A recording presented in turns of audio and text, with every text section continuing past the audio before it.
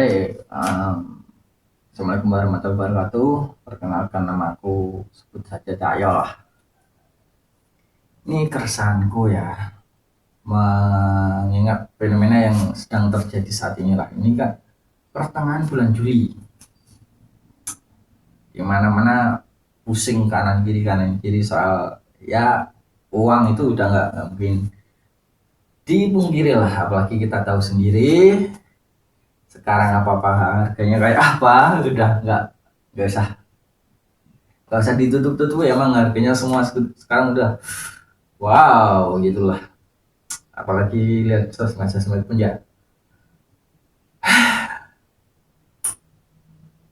Nah, tapi kali ini aku nggak bahas soal sosmed lah, aku ingin bahas soal fenomena yang terjadi pada bulan Juni ke bulan Juli lah, yaitu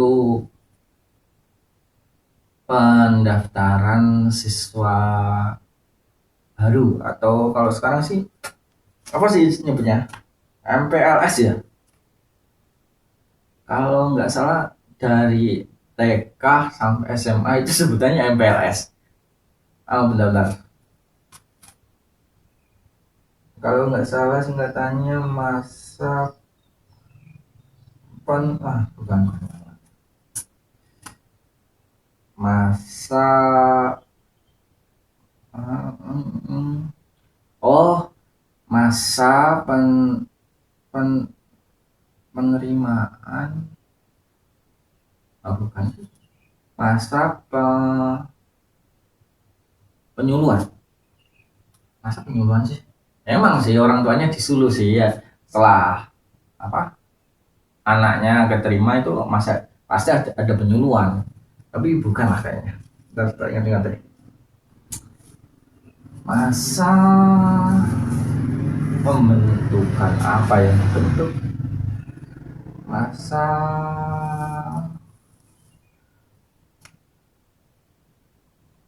ah masa pengenalan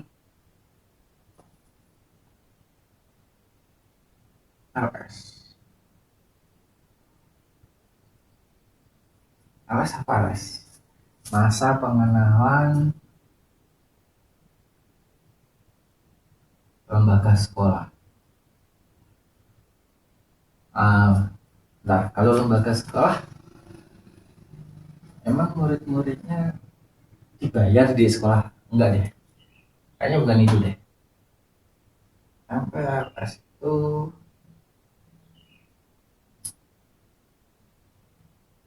masa pengenalan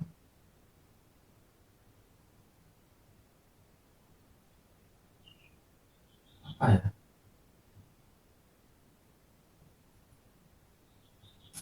LS-nya apa ya? Lingkungan sekolah ya. MPLS itu masa pengenalan lingkungan sekolah. Ya itu dari uh, TK. Playgroup Pak, ada nggak ya kalau kenaikan playgroup ke TK itu ada MPLS enggak ya? Coba bayangin, anak-anak kita pakai nem, anak playgroup dikasih tahu kayak gitu,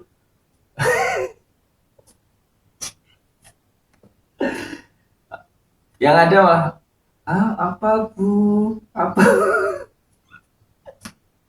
Nggak, kayaknya playgroup ke TK nggak ada MPLS, yang ada itu TK ke SD, SD ke SMP, SMP ke SMA. Kalau SMA ke kuliah masih ada MPLS enggak ya? Untuk anak yang apa? Lulus lulus dari SMA masuk ke kuliah itu ada MPLS enggak gitu? Kayaknya nggak tahu sih. Tapi kalau aku rasa sih dapatnya dari TK sampai SMA saja sih. Ya kita nggak bisa pungkiri lah dengan kondisi sekarang ya kan. Apalagi ini pertengahan bulan Juli, masa MPLS itu nggak bisa munafik, nggak bisa diingkari kalau membayar itu udah pasti nggak. Kita mau bicara apa,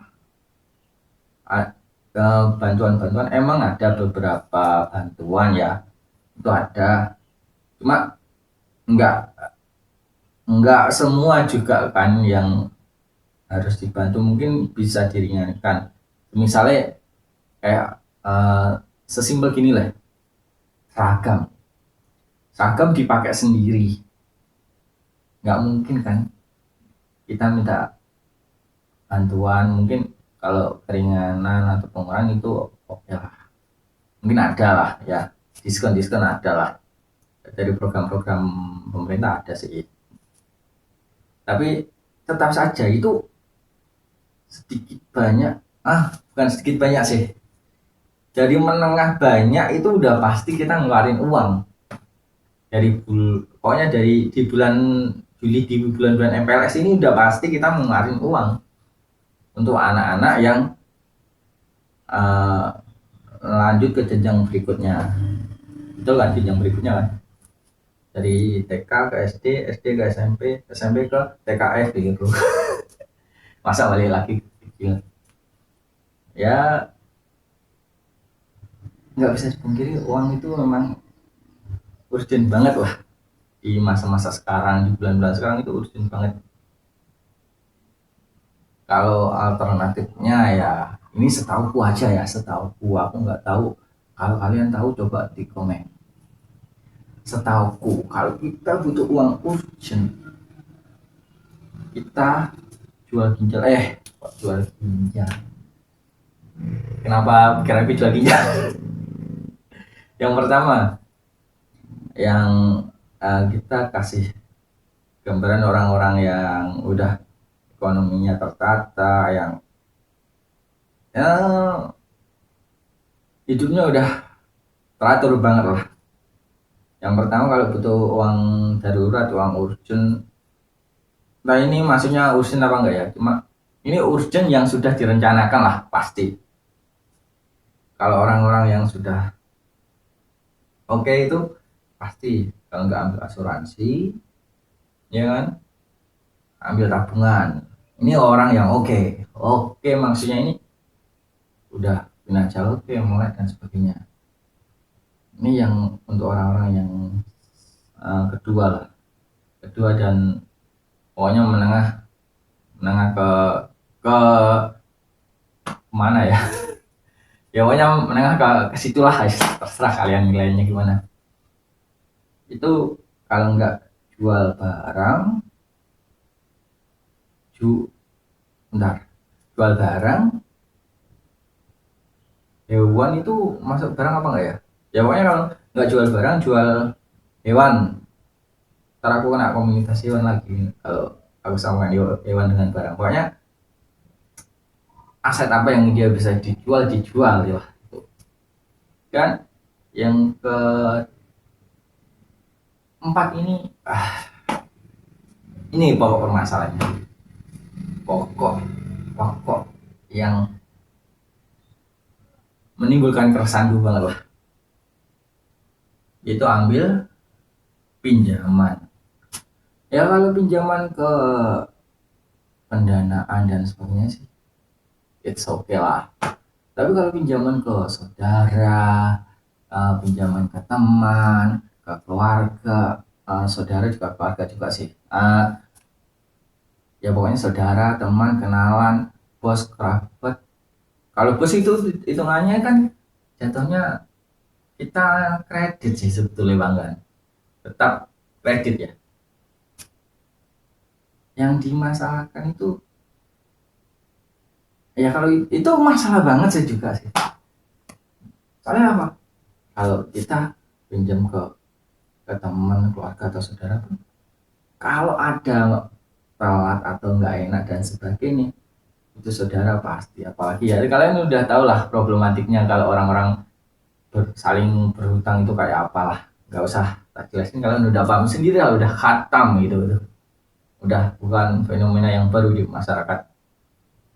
Kalau masalah utang piutang bisa putus saudara, putus pertemanan dan putus sebagainya, tapi ada segelintir kecil karena masalah perhutangan dia malah lebih mengeratkan, karena yang dipinjamin pun yang dipinjami ya itu legowo venae ya kan, yang yang keliru, yang dipinjami dia punya tanggung jawab dan bayar tepat waktu, kalau ada kendala dan sebagainya pun ngobrol ngobrol pun jaraknya nggak lama gitu loh, setan waktu dia melunasi itu nggak lama.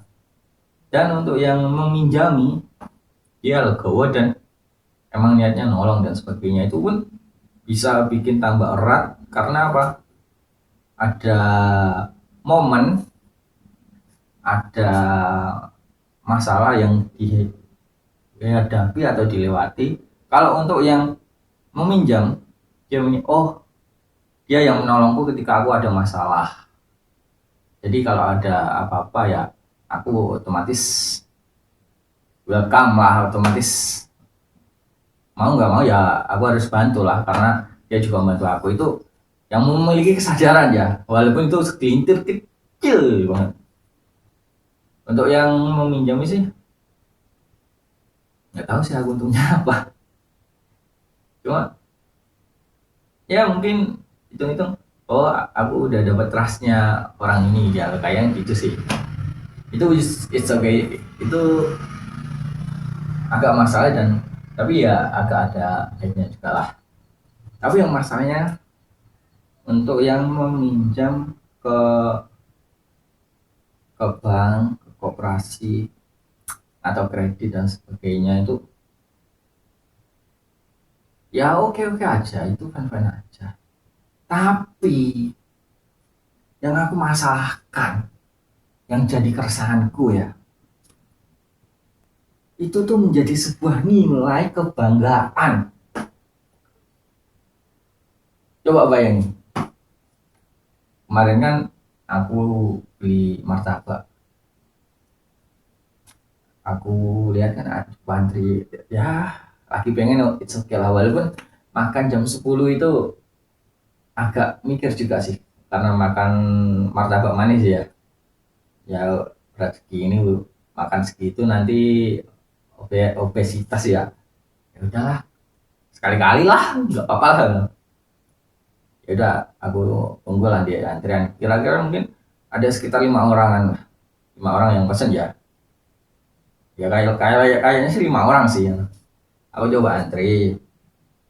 Gimana ya kok, terus ada mama di sampingku ngobrol ya kan, dengan entah ini satunya kenalannya, adiknya, sepupunya atau siapa entahlah, ngobrol dia cerita-cerita soal waduh anakku biar seragamnya mahal, sekolahnya favorit. Kalau sambat ya, sambat itu ngeluh, kalau ngeluh ya jangan di sekolah yang di favorit. Gimana konsepnya lo mau anak lo sekolah di tempat yang bonafit tapi lo ngeluh, itu berantem aja gimana berantem, hmm? Ada pukul-pukulan gimana? Gak habis pikir loh, dia sendiri pengen anaknya sekolah di sekolah favorit, sekolah terkenal, biar dapat image, biar namanya terpandang dan bisa dibanggakan di tongkrongan, di lingkup emak-emak lah. Kalau pas ngerumpi atau membahas apa-apa tuh, wah anakku sekolah di sini sini sini sini, it's okay lah. Tapi yuk tolong jangan ngeluh. Masa dia itu kehendaknya dia tapi dia ngeluh, itu maunya gimana? Jadi sini udah jelas kan masalahnya di mana. Nah terus mama ini tanya, kamu nguruskan sekolah anakmu di mana? Yang satunya mama kan kayaknya low profile banget lah. Oh anakku cuma di sini, masuk saja di sekolah A gitu lah. Oh itu ya pasti biaya lain-lainnya murah kan. Kita nggak cari biaya anu ya, pokoknya biaya untuk apa beli seragam dan sebagainya murah kan. Ya maklum lah untuk sekolah favorit itu soal kain itu mungkin agak istimewa dan cetakan terbatas, edisi terbatas. Jadi ya limited, barang limited gimana sih, tahu sendiri lah. Untuk mama yang merasa super kaya itu tuh mungkin sih pikiranku, orang ini mungkin terpandang lah, kan emang tak pandang, betul kan. Dia bilangnya gini, bayar segitu, wah pusing banget aku. Loh, loh, gimana konsepnya? Kok yang ngeluh terus? Mama yang low profile enjoy aja. Oh, itu ya anakku cuma sekian. Wah, kok sedikit banget. Nih, ini konsepnya mama satu ini gimana? Dia mau dikasihani, apa dia mau sombong? Hah? Orang udah biar ngasih empati ke dia. Dia malah rendahin orang lain, ini konsepnya gimana? Tapi ya, namanya mama. Gue heran gue juga, mama yang low profile ini kok bisa-bisanya dia enjoy, nyantai aja gitu loh. Gue nggak tahu dia masuk ke tahap orang-orang gimana, gue nggak tahu yang kayak apa, pemahaman stoikisme atau terserah lah, gue nggak tahu itu gue. Wah, soalnya kalau gue jadi dia, gue udah mukul, udah tukang martabak, tukang martabak gue suruh cepetnya buat martabaknya. Nggak mungkin kan tukang martabak gue suruh jahit bajunya anaknya, kan nggak mungkin kan. Makanya tukang martabaknya gue suruh buat martabak. Ya mama tadi pun ngomongnya gini, anakku membayar sekian banyak lah ya, nggak usah sebut nominal, mulutku agak licin kalau bilang nominalnya. Terus kan mama yang low profile ini kan bingung, ini mau minta solusi apa, mau sombong apa, mau gimana, aku menyikapinya gimana gitu loh. Dia pun dari ekspresi wajahnya pun agak-agak kebingungan, cuma ya dia masih menanggapi oke, oke. Dan mama yang sombong tadi, yang anaknya sekolah di favorit pun bilang, alah pas keadaan nggak pegang uang.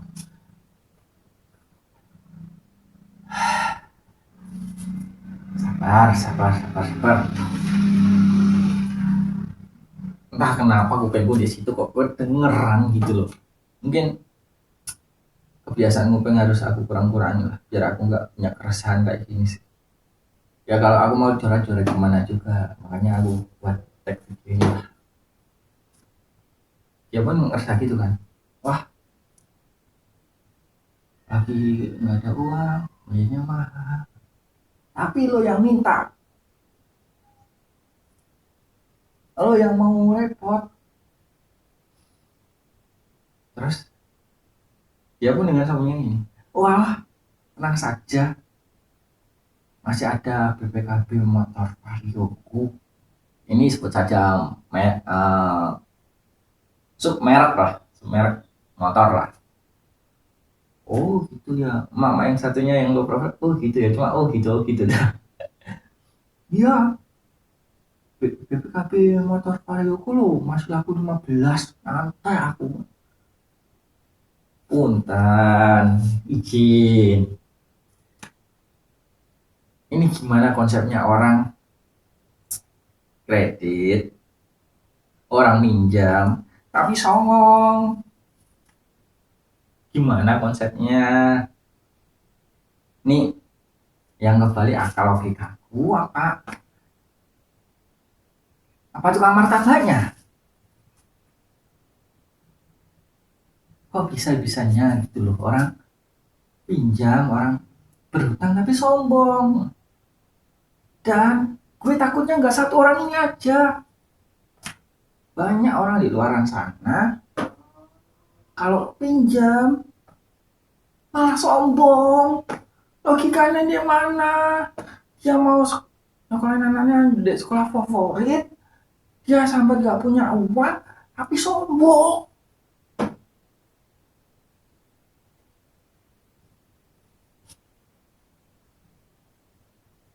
Sumpah,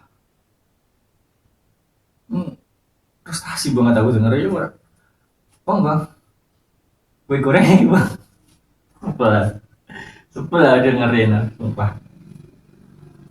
Terus kan bilang, ya aku 15.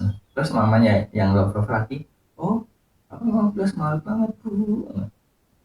Ya mamanya udah pasrah gitu loh, kayak ini kayaknya aku pemikiran sama mama yang low profile itu. Nah, terus kan pertama ya yang aku nggak habis pikir, nggak masuk di pikiranku, kalian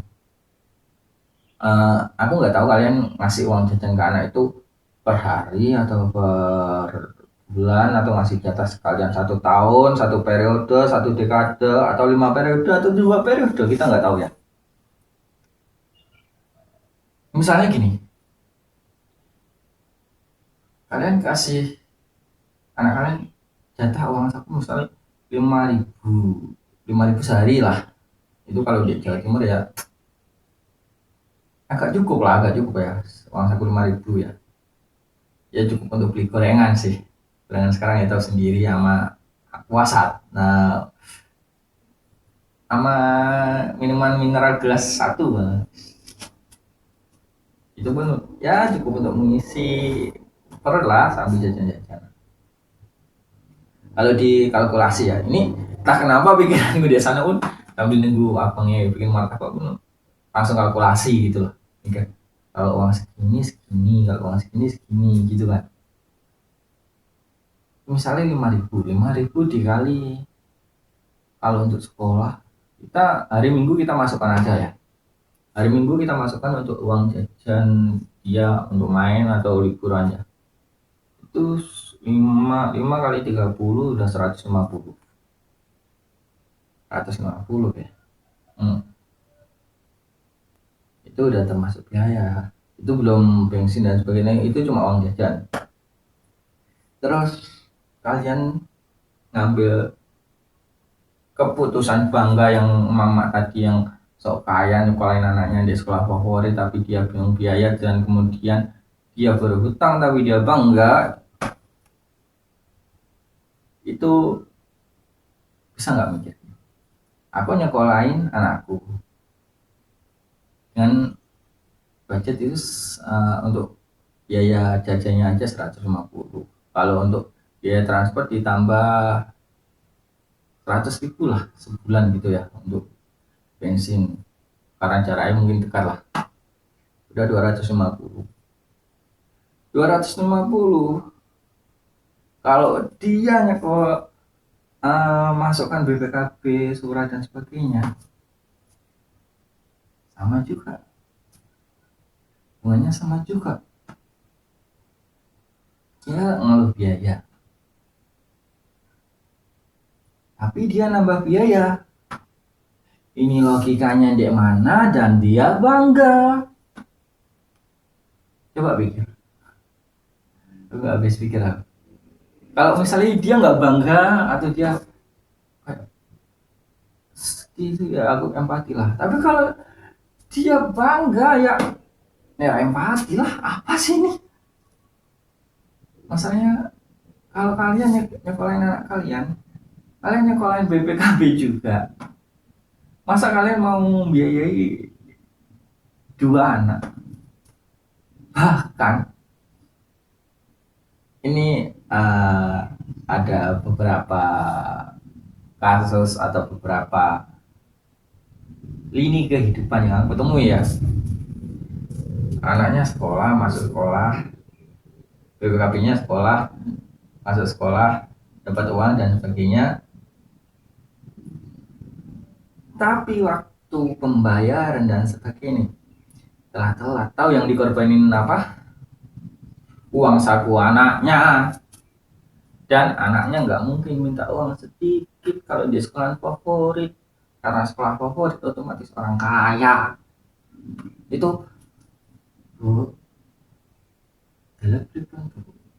nah cukup sekian. Gue Cahyo, dadah.